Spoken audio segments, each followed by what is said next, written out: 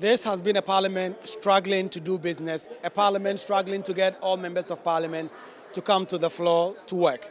In fact, since parliament resumed in June, hardly have there been up to 100 members of parliament on the floor of the House, prompting the minority to always raise matters of quorum.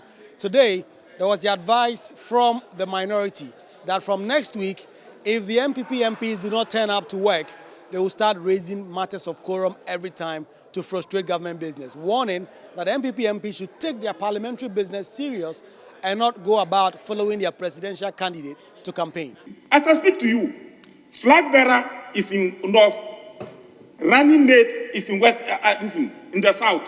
You are campaigning. The MPs are following you. Instead of coming to sit here to do government work, meanwhile you still have 4 months, 1 week to be in government. Who should do that work? You are thinking of breaking the 8 and not solving the problems.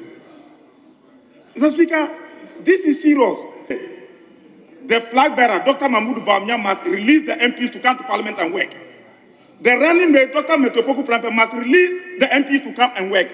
Other than that, we will invoke Article 102 and 104. Well, it appears the minority are not even waiting to the next week warning that they did issue. From today, they've started blocking certain key business. And in fact, the chief whip on the minority side alerted the House to the fact that the government side wanted to lay the lithium mining agreement on the floor of the House, warning that that will not be countenanced. In fact, at conclave, as leadership, it was agreed that we try to veer away from controversial areas today. Mr. Speaker, as we see, and that was agreed upon. As we sit here, there is an order from the majority chief that they should bring other people addendum for our year, bauxite and lithium agreement to be laid illegally when we don't have even the numbers to constitute business. That will not be correlated.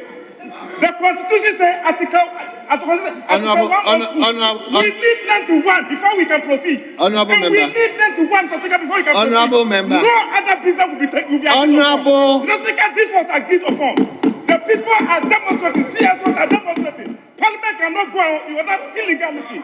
You don't have the numbers. We will not agree. We don't have the numbers.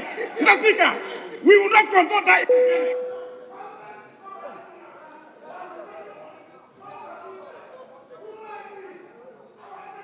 Speaker, I take a strong exception.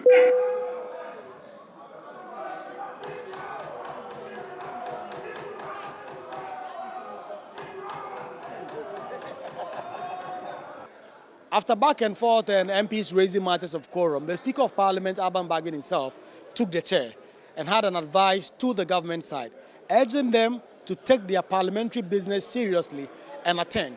He said, per his observation, it is clear that more NDC MPs attend sitting than NPP MPs. Well, this one is a hung parliament. By any time I look at your back, your able supporters are not there. And then you are facing a rather populous minority.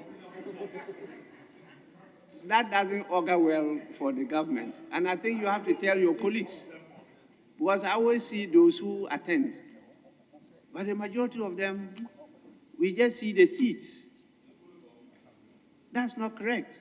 Parliament needs at least 93 MPs to form quorum to transact business. And when they have to take decisions, there has to be at least half of all MPs available on the floor to do that.